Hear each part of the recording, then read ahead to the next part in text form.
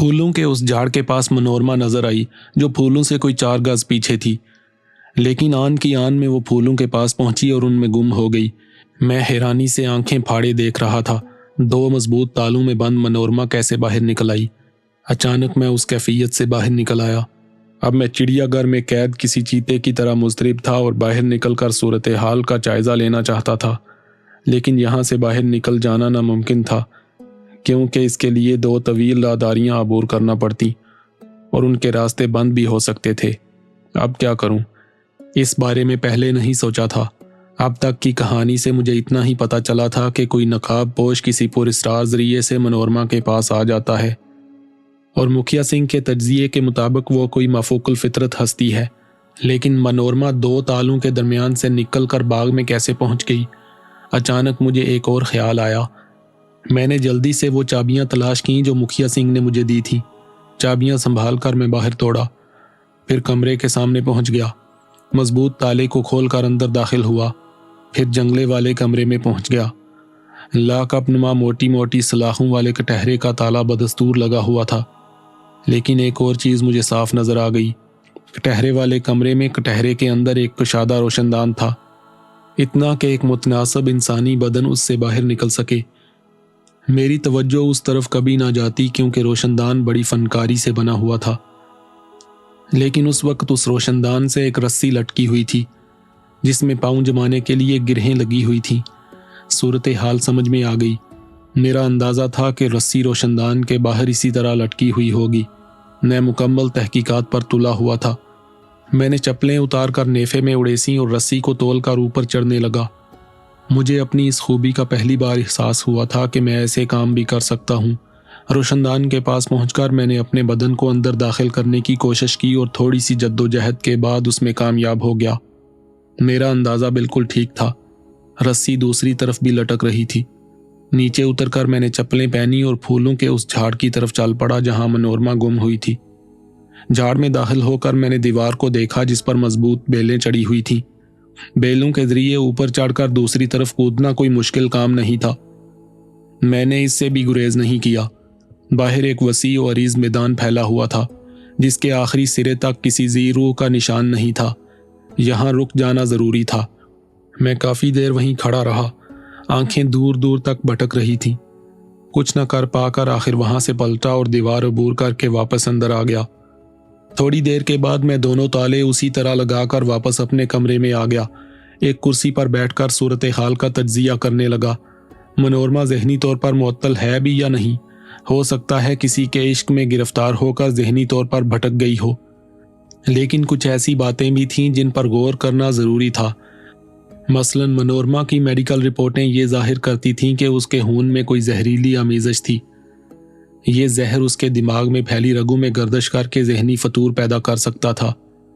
لیکن پھر وہ نقاب پوش وجود، میرے ذہن سے ایک خیال گزر گیا۔ مجھے وہ قوت بخش دی گئی تھی جس کے ذریعے میں کسی انسانی وجود کو چشم تصور میں لا کر اس کے ذہن کی گہرائیوں میں اتر سکتا تھا۔ میں نے اس نقاب پوش وجود کو نہیں دیکھا تھا، لیکن منورما کے نقش میری آنکھوں میں پوشیدہ تھے۔ اسے خیال کی گرفت میں لا کر میں اس کے ذہن کی گہرائیاں کھنگال سکتا تھا۔ کیوں نہ مسئلہ حل کر دوں؟ مجھے منورما کا سارا کچا چٹھا پتہ چل جائے گا۔ ایک لمحے کے لیے فیصلہ کر لیا کہ اپنا کام شروع کر دوں، لیکن پھر کچھ آوازیں کانوں میں ابھرنے لگیں۔ انکار کیا گیا تھا۔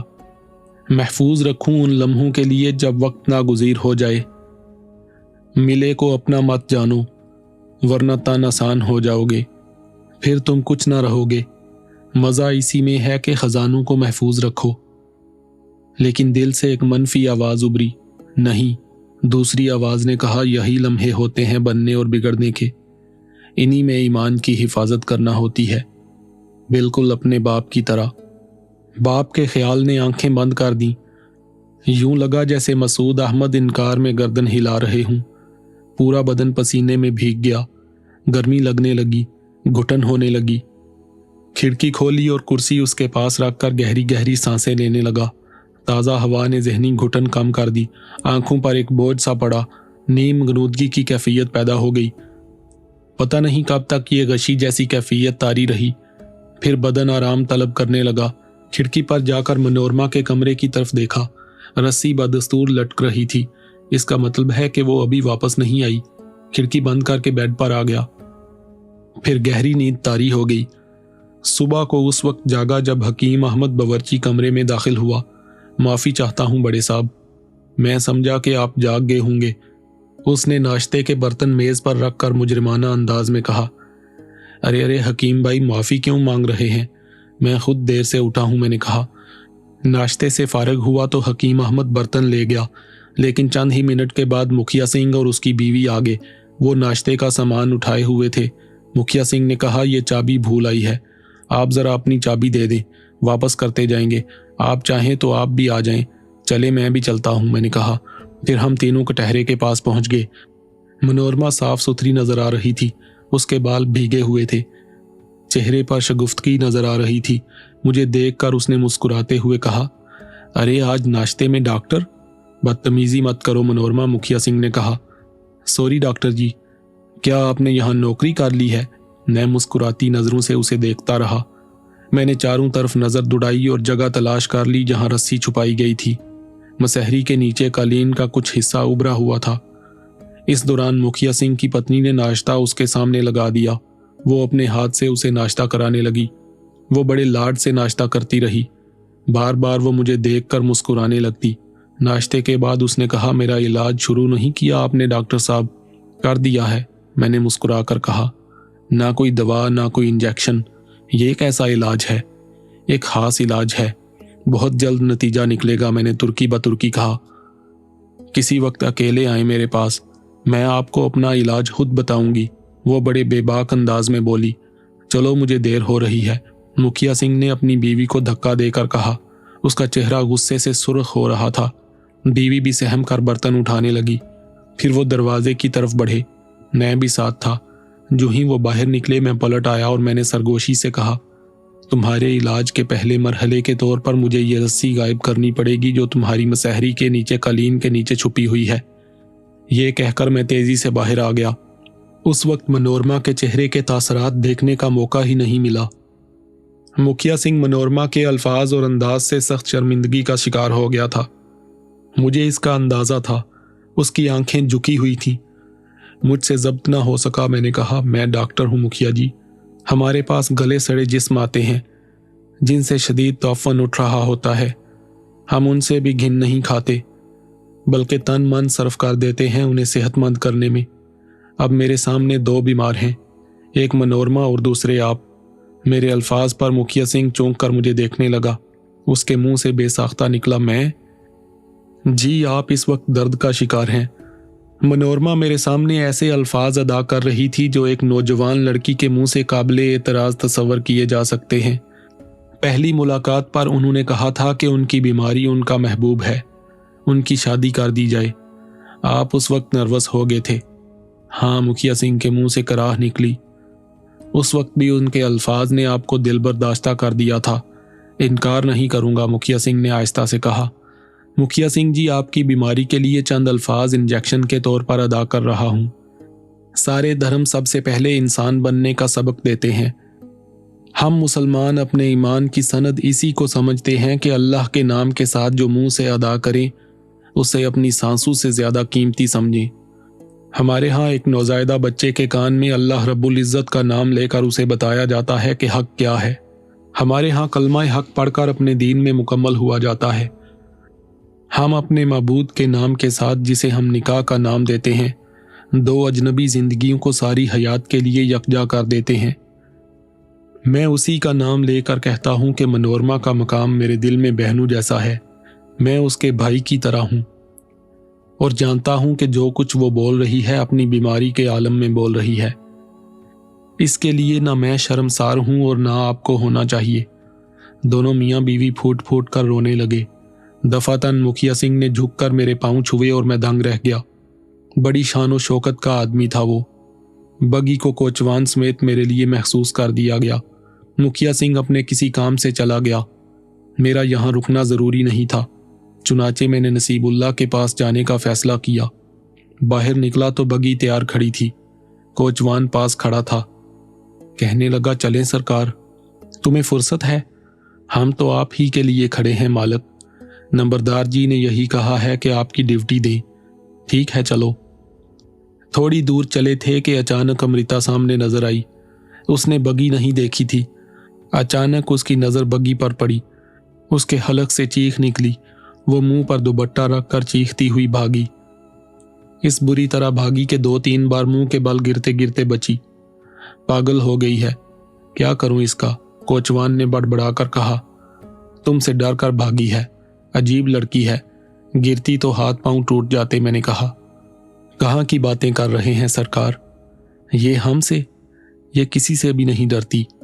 फिर एकदम उसे क्या हो गया, कोई बात सूझी उसे। सांगी के घर गई। हाँ जी, उसका असल ठिकाना वही है। जरा चलो सांगी के घर। अच्छा जी। चंद लम्हों के बाद बगी सांगी के घर रुक गई। दरवाज़ा खुला था। साफ लग रहा था कि कोई अभी अभी अंदर गया है। अमृता के अलावा कौन हो सकता था। मैं उतरकर दरवाजे में पहुंचा और आवाज़ दी, पीतम। लेकिन जवाब में अमृता की दिलदोज़ चीख सुनाई दी। मैंने एक कदम आगे बढ़ाकर दोबारा पीतम को आवाज़ दी तो अमृता ज़ोर से चीखी और फिर अंदर भगदड़ सी मच गई। मेरा मुंह हैरत से खुल गया। इसे क्या हो रहा है।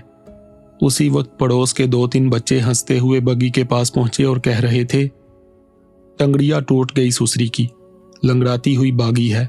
कौन मेरे मुंह से निकला। वही सुसरी अमृति। दीवार पर चढ़कर कूदी है, जोर से गिरी है, उठकर पछाई पल्ले की तरफ भाग गई। सांगी और पीतम कहाँ हैं। वो तो चंदूसी गए हैं। कोचवान का चेहरा गुस्से से लाल हो रहा था। मैं बगी में बैठ गया तो उसने बगी आगे बढ़ा दी। मैंने कहा, तुम्हारी सगी बांजी है। बिल्कुल सगी जी। माँ बाप जिंदा हैं। नहीं जी, 2 साल की थी जब दोनों मर गए थे। बाढ़ आई थी गंगूतरी मैया में, दोनों को ले गई। गंगूतरी मैया हर साल भींट लेती है। गंगूतरी कौन है। नदी है, आपने नहीं देखी। दुल्हा बाबा के स्थान से थोड़ी ही दूर है। पर एक बात बताएं, पूरा हिस्से पुर डबो दिया है। मजाल है कि दुल्हा बाबा के मज़ार शरीफ की घास भी बगो सके। तराई के सारे लोग अपने घर छोड़कर दुल्हा बाबा के द्वार आ जाते हैं। बगी मस्जिद के पास पहुंच गई। तुम यहां रुकोगे या वापस जाओगे। जो हुक्म करे सरकार। शाम 6 बजे आ जाना। ठीक है। कोचवान ने बगी वापस मोड़ दी। शकूर और बुंदू अपने घर से बाहर निकल आए।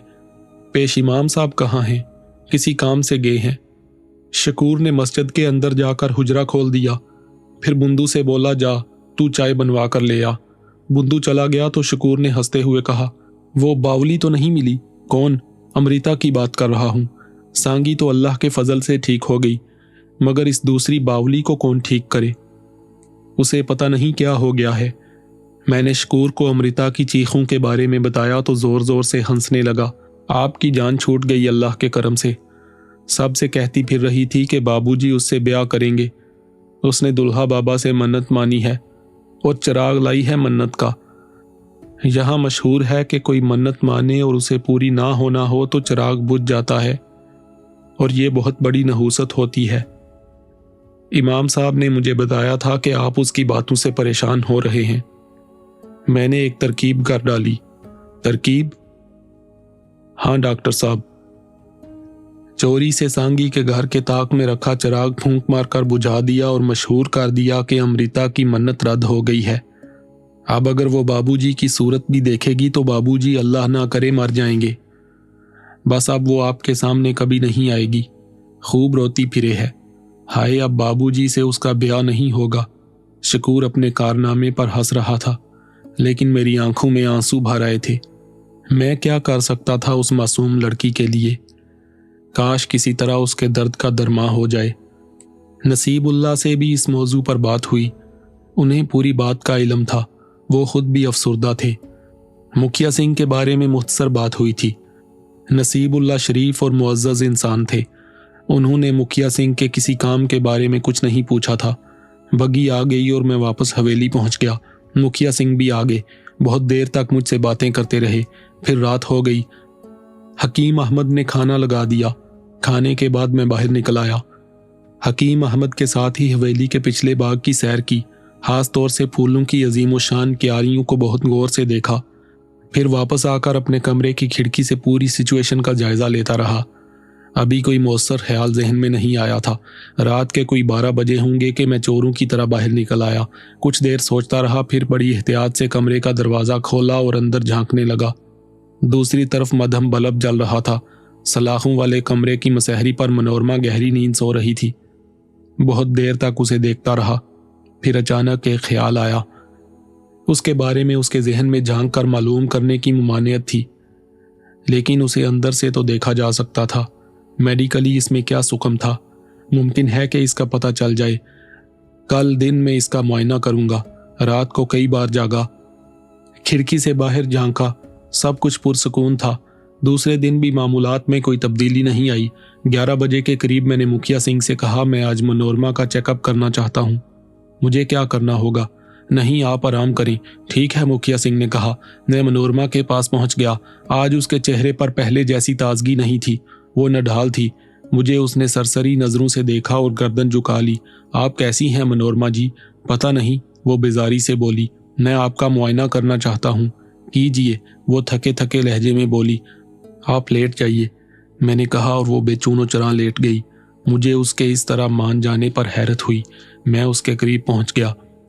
मुझे इंसानी वजूद में झांक कर उसकी बीमारियों से आगाह होने की कुव्वत भूरिया चरण ने दी थी, और मैंने इससे कोई ज़ाती फ़ायदा नहीं उठाया था, लेकिन चंद लोगों को इससे ज़िंदगी मिली थी। फिर उसके बाद बाबा ने मुझे बेशुमार इल्म दिए थे, उस कुव्वत को इस्तेमाल करने की इजाज़त दे दी थी। उस वक्त भी मैं उसी का सहारा ले रहा था। मैंने उस पर निगाहें जमा दी। उसका बदन धुआं होने लगा, फिर उसके अज़ा रोशन होने लगे। दिल, जिगर और दूसरे अज़ा एक तंदुरुस्त वजूद की निशानदही कर रहे थे, लेकिन पूरे बदन में फैली रगों में रोशन ज़र्रात गर्दश कर रहे थे। ये अजनबी जरासीम थे। पहले कभी किसी के खून में ऐसे ज़र्रात की आमेज़श नहीं मिली थी। मैं उन्हें देखता रहा। एक डॉक्टर होने की हैसियत से ये मेरे लिए बड़ी अहमियत के हामिल थे। दिल में शदीद ख्वाहिश बेदार हुई कि किसी उम्दा सी लेबॉरेटरी में इनका तज्जिया करूं, कोई अनोखा इंकशाफ करूं, लेकिन जाहिर है कि मुझे ऐसी लेबॉरेटरी नहीं मिल सकती थी। डॉक्टर शुक्ला भी याद आया, जिसके क्लिनिक में बेहद शानदार लैब थी, लेकिन न जाने मेरी वजह से उस बेचारे पर क्या गुजरी होगी। अचानक जहन में धचका सा लगा। अफलाक याद आया। बाबा साहब के हुक्म से जहां भेजा जाता था वहां के लिए तमाम ज़रूरतें फराहम कर दी जाती थीं। क्या इस खून के तज्जिए के लिए मुझे ज़रूरत की चीज़ें फराहम कर दी जाएंगी? उसी वक्त मनोरमा की आवाज़ उभरी। क्या मैं सो जाऊं डॉक्टर साहब? नहीं, प्लीज़ आप उठ जाइए। 2 मिनट बातें कर सकती हूँ आपसे? हाँ ज़रूर, बैठ जाइए, किसी और को ना आने दीजिए। ठीक है, मैं बैठ गया। आपकी शादी हो गई है? वो बोली। नहीं, प्रेम तो किया होगा किसी से। आगे कहिए, मैंने कहा। पहले दिन ही कह दिया था कि मोहब्बत की मारी हूँ। क्या करूँ? मेरा देवता है, पूजा करती हूँ उसकी। जानती हूँ कि ये माता पिता के साथ ज्यादती है, मगर बहुत मजबूर हूँ। उसे नहीं छोड़ सकती। मुझे उसके हवाले कर दो बस। वो कौन है? तरकेशी मेरा महबूब है। कहाँ रहता है? मैं नहीं जानती। उसके साथ जाना चाहती हो? हाँ। कहाँ ले जाएगा तुम्हें? जहां भी ले जाए मुझे उस पर भरोसा है। तुम लोग बाहर मिलते हो? हाँ। वापस यहाँ क्यों आ जाती हो? पता नहीं, बस आ जाती हूँ। क्या तरकेशी मुझसे मिल सकता है? नहीं मालूम, उससे पूछ लूंगी। मगर तुम उससे क्यों मिलना चाहते हो? पूछूंगा उससे कि वो कौन है। मुझ पर पहरा खत्म करा दो। हम तुम्हारी वजह से परेशान हैं। रस्सी कहाँ है? उसने छुपा दी है। वो आया था? हाँ, आता है। इससे ज्यादा मैं उससे और क्या बात करती? वहां रुकना बेकार था। हाँ, उन चमकदार जरसूमों का मामला तहकीकी हैसियत रखता था। किसी ख्याल के तहत मैंने उससे कहा, मैं वैसे भी तुम पर कोई पाबंदी लगाने का हक नहीं रखता, लेकिन अब तुम जैसे भी मिलोगी मैं रुकावट नहीं बनूंगा। ये कहकर मैं वहां से वापस निकल आया। अपने कमरे में आकर सोच में डूब गया। मनोरमा तरकेशी नामी नौजवान को पागलों की तरह चाहती थी, उसके लिए जान देने पर आमादा थी। तरकेशी किसी सूरत मिले ताकि पता चले कि वो कौन है और क्या चाहता है। अब थोड़ी सी उलझन होने लगी। मुखिया सिंह ने मुझे बड़े मान से रोका था। उसे दुल्हा बाबा की तरफ से मेरी निशानदही की गई, लेकिन मेरे जहन में कुछ नहीं था। मैं नहीं जानता था कि मुझे मनोरमा के लिए क्या करना है। البتہ اس کے خون میں تیرتے چمکدار جرثومے میرے لیے بہت اہم تھے۔ رات کو ضروریات سے فارغ ہو کر بابا پردہ پوش کے تصور پر نگاہیں مرکوز کر دیں۔ میں نے بے شک ان کا چہرہ پردے میں دیکھا تھا، لیکن ان کی آنکھیں، ان کا سراپا میرے تصور میں تھا۔